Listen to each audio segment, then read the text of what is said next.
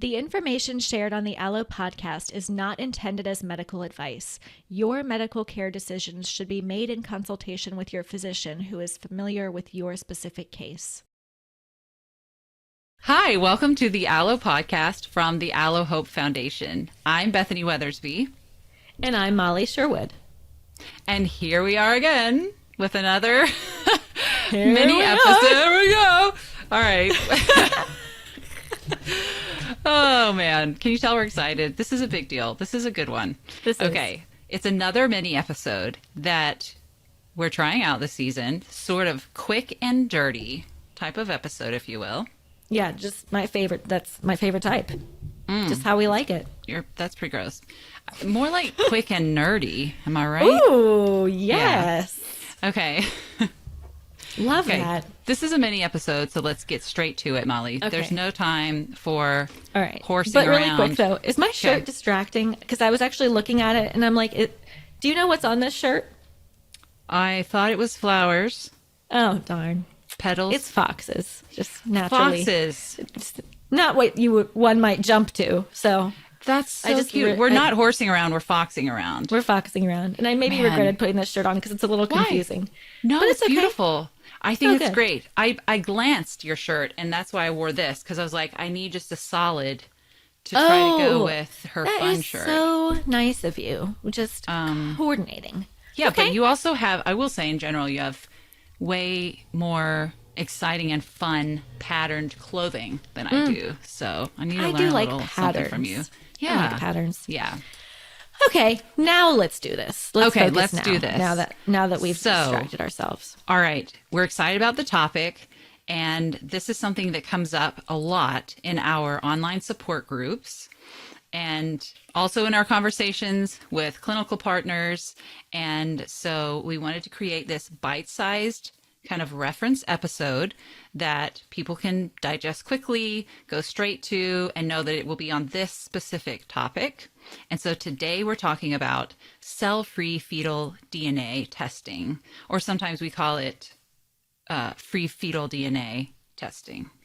Yeah, this is a good one to zoom in on because it's very specific, but also it can be kind of confusing, and it's also new, relatively speaking, especially in the U.S., to the HDFN management world. Yeah, it's kind of strange because it's been around for quite a while, actually, for diagnosing genetic disorders and baby sex. I think that's it. But some people refer to it as the Unity screen. Sometimes they also call it the panorama test. But they all kind of fall under this umbrella of non-invasive prenatal testing, or NIPT. So that might sound more familiar to some of our listeners. And for fetal antigen testing specifically, we have been dying to have this in the U.S. Okay, like this testing has been around, but it hasn't been able to test for the baby's antigen status. Although we have had it for anti-D for a while, right, Molly? I think that's been around. I think so. For some years. But still not used consistently and not really formally recommended until recently. Right. And so, and then, we're coming with some weird antibodies at play here. And so for years, I kind of grieved the fact that allo moms really only had the amniocentesis, really, to test their baby's antigen status. And so this has been so exciting to see this come to the U.S. And I know Dr. Moise also has been trying for years to get this to happen. And so I think he really helped out with that. But we're just so excited that this is offered here in the U.S. And so let's talk about it. Yeah, and we love this, like you said, because it's non-invasive, which I'll explain what that means. And also because it helps us find out if our baby has the antigen earlier on in the pregnancy than if we waited until we had to get an amniocentesis. And the cell-free fetal DNA, which we're talking about, or the NIPT testing, basically means we're testing the baby for certain traits or conditions without doing anything invasive in the pregnancy or in the baby, like an amnio, which is where the amniotic fluid is sampled, or chordocentesis, where fetal blood is sampled from the blood. And the reason it's considered non-invasive is because these tests only involve a blood draw from the mom. And that blood actually contains some of the free-floating fetal DNA. That's why we say cell-free fetal DNA. And that can be captured and tested to see what's going on genetically with the baby. And so, like you said, Bethany, it's been around for a while now, mostly to check for trisomies, like trisomy 21 Down syndrome, trisomy 18, things like that. In the US, we've been doing that since 2011. And for a while now, it's also been possible to use this same technique to tell if the baby is, like you said, D positive or D negative. And that's been done in Europe for a while, actually not even for HDFN, but just to be able to test whether the mom is going to need Rh immune globulin or RhoGAM, and it saves a bunch of uses of RhoGAM. So that's standard in some other countries. Right. Yes. And so if people want to learn more about RhoGAM, or we also call it Rh immunoglobulin, or RIG for short, you can go back and listen to our RIG episode in season 3, episode 7, and you can learn all about how it works. But essentially, pregnant mothers who have a negative blood type could develop anti-D antibodies and become alloimmunized if they're pregnant with a baby who has a positive blood type, so who has that RhD antigen. And the use of RIG, it's an injection, and it prevents the mother from developing these anti-D antibodies. But obviously, if the woman is pregnant with an Rh negative baby, then there's no need to receive that RIG injection, because the mother will not develop anti-D antibodies if she's pregnant with an Rh negative fetus. And so we can use this cell-free fetal DNA testing to find out during pregnancy, in the first trimester, if the baby is RhD positive or RhD negative, and then that can end up saving a lot of doses of RIG because we're not giving it to the mothers who don't actually need it. Yeah, and so that applies to people who actually don't have antibodies right now. They're not alloimmunized, but they are Rh negative. Yes. But when we move on to the special group of us, the people like me and you, the weirdos, the moms. No, you guys aren't weirdos. Molly and I are the real weirdos. Just us. We're the weirdos. Yeah. The moms who are already alloimmunized, who already have red cell antibodies. We spend a lot of time talking about how to figure out whether our babies are at risk of HDFN. So if the mom has, say, anti-little c antibodies, the baby is only at risk of HDFN if the baby inherits a blood type with the little c antigen from their father. And we talk a lot about the process of figuring that out in our second episode ever, season 1, episode 2, on prenatal blood tests. So definitely give that a listen to learn more about why we need to do that. But the exciting part here is that in many countries, cell-free DNA testing is available now to tell you the baby's antigen status, not only for D, but also for KEL, for big E, big C, little c, and FYA, depending on the country. So we'll add a list in the show notes of which ones are offered in which countries and who offers them. Yeah, that's a really good idea to add that list in the show notes. And I did want to point out that the management of HDFN during pregnancy can be quite complex. And so the way we monitor, there's kind of 2 different things we're looking at when we're trying to monitor for HDFN. The first one is the risk. The first one is the risk assessment. So we're looking at the baby, looking at whether the baby is even at risk of developing HDFN. And that's where this cell-free fetal DNA blood test really comes into play and is very helpful, because we can find out early, non-invasively, if the baby is antigen positive or negative. And then that helps us understand if this baby's positive, then the baby is at risk of developing HDFN and fetal anemia or neonatal anemia, etc. And then we can also know, if the baby's negative, we know the baby's not at risk. And then you can kind of go on to have a pretty normal pregnancy. You don't have to continue worrying about the HDFN.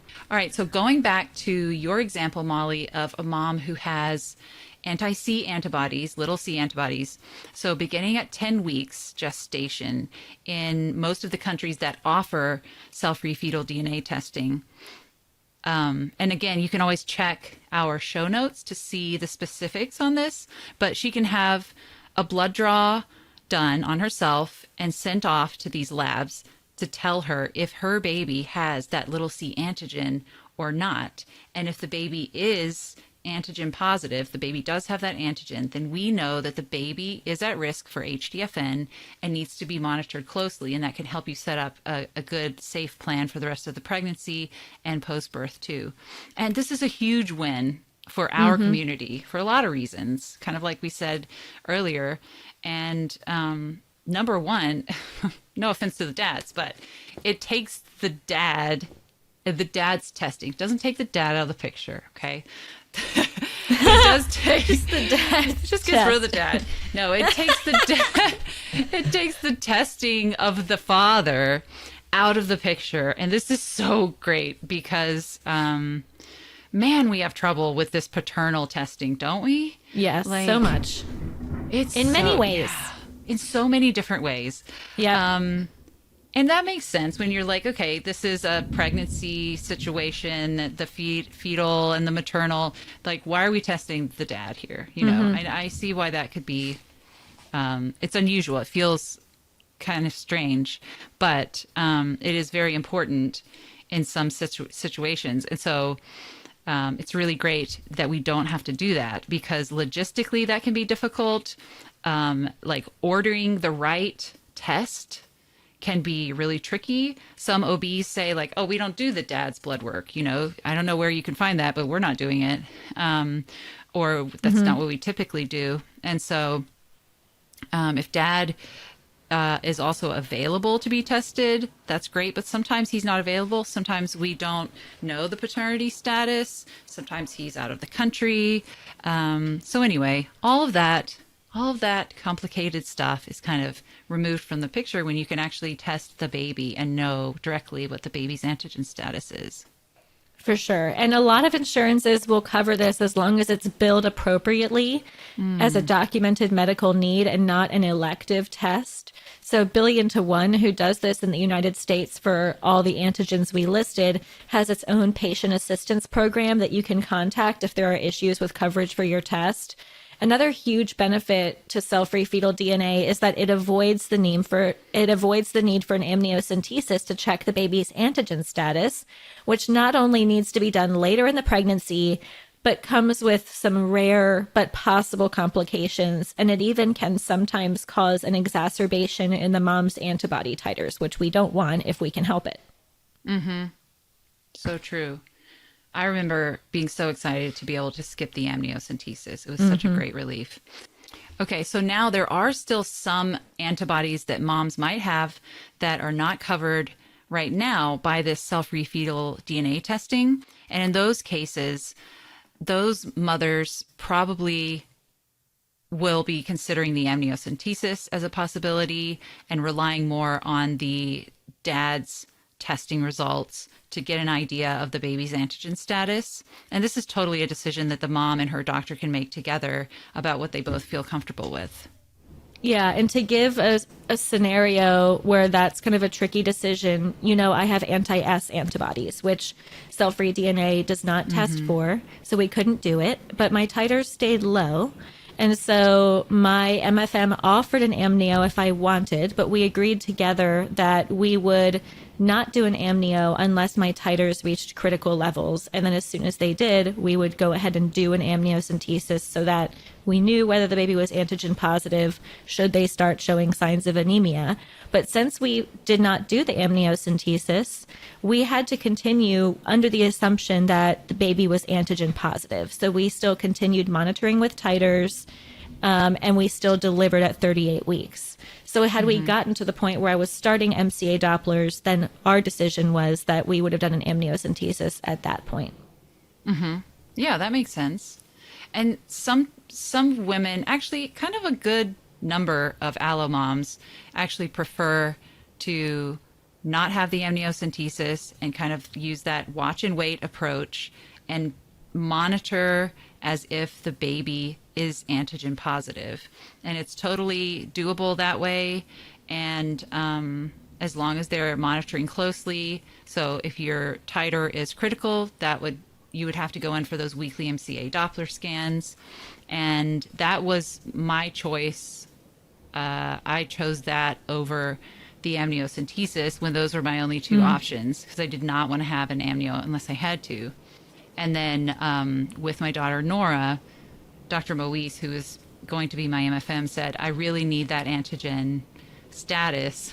I feel more comfortable knowing the baby is antigen positive before doing an IUT. So for him, he really, really needed that confirmation. And so I did have an amnio with Nora.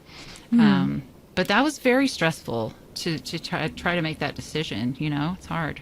Yeah, for sure. And that's a good example of how it can also differ by your clinician's comfort level. Yes. Some clinicians, like I've learned through you and like we've seen from other patients, they would be okay doing an intrauterine transfusion without confirmation of the fetal antigen status. But some want that confirmation before they would do that kind of treatment.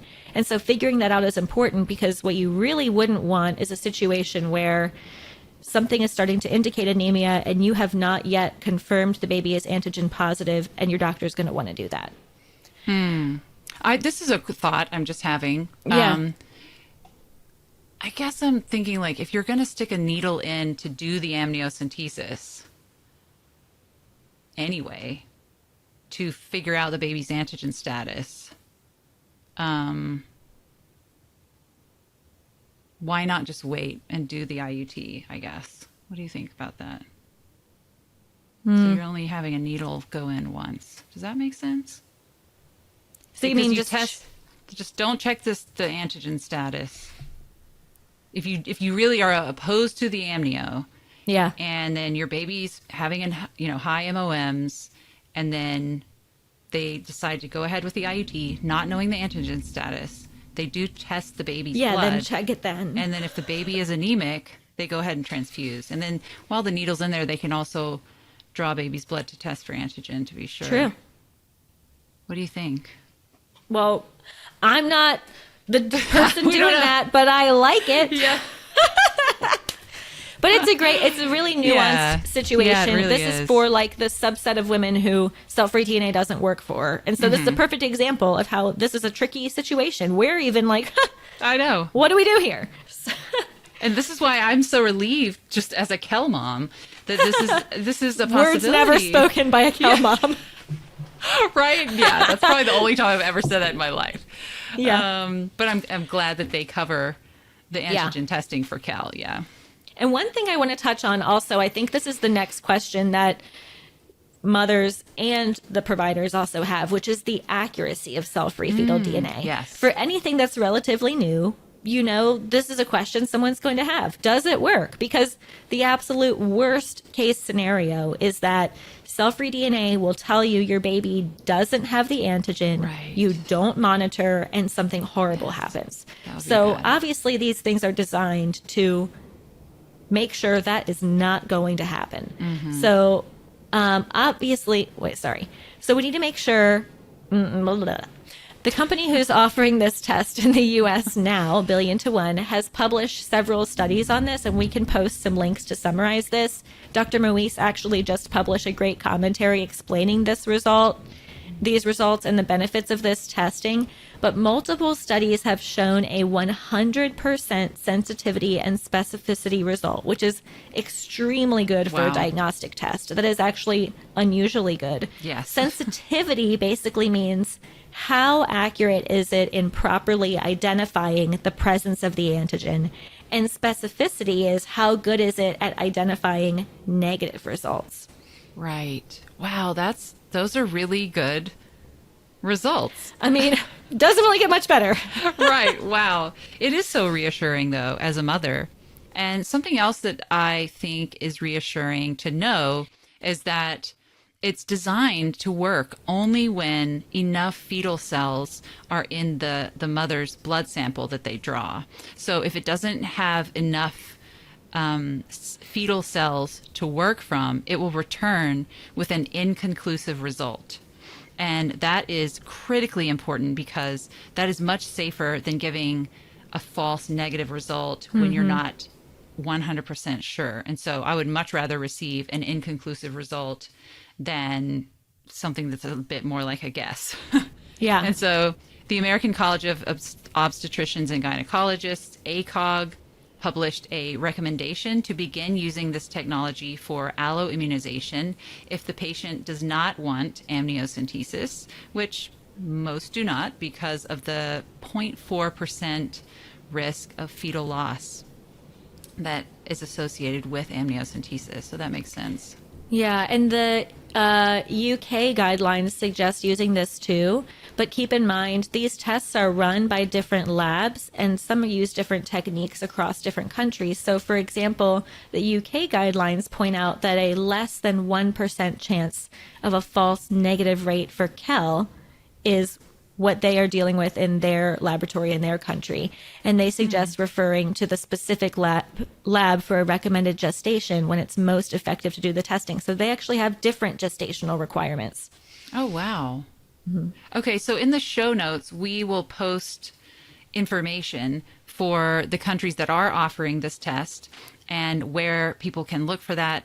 And in countries where cell-free fetal DNA testing is not yet available or not available for a mom-specific antibody, testing dad or doing an amniocentesis is still a really good option. And also monitoring as if baby's positive is another option. So, yeah. Whew, not bad for a mini episode. Wow. This is I like incredible. that. Nice We and did it. bite-sized. We were so succinct. Let me just say, before this test was available in the U.S., I felt so lucky to be able to ship my blood to the Netherlands, That'd be across the bonkers. world, ship my blood there, and then they would test it, and then they would email my doctor and say, you know, baby's always antigen positive. They just kept being positive. But anyway, it was so nice to be able to do that, even though we had to ship blood across the world. I know. Shout out to Sanquin Laboratories, by the way, for being as awesome as they are. And they will still receive out-of-country shipments to do this test. So if you're wondering if this is possible for you, it may be worth contacting Sanquin Laboratories, and their website has information exactly on how to ship the sample. Okay, so what we're about to wrap up, and I think we did a really great job of being succinct and getting all of this really important information out there. But what if an alloimmunized mother really wants to have this test? What do you think she needs to do next, Molly? So if a clinician wants to order this test for their patient, like maybe the patient's obstetrician or their high-risk doctor, they need something called a requisition form. And every doctor knows what that is and should be able to contact Billion to One to ask for a requisition form if they don't already have one. And we also have their requisition form on our online Facebook support group, Antibodies in Pregnancy. So that's an option, is to pull that form yourself or to ask your doctor to find the requisition form to send in this order for cell-free fetal DNA. Yeah, that sounds great. All right, I Shall think we we? did it. Yes. Do you want to finish us out or do you want me Okay. to? I'll do it. Let's go. Okay. Whether you are a patient, provider, or otherwise affected by antibodies in pregnancy, we are here for you. We have great resources on our website at allohopefoundation.org. That's allo, spelled A-L-L-O, hopefoundation.org. Thanks for listening. You were so cute when you were like, okay. And then you...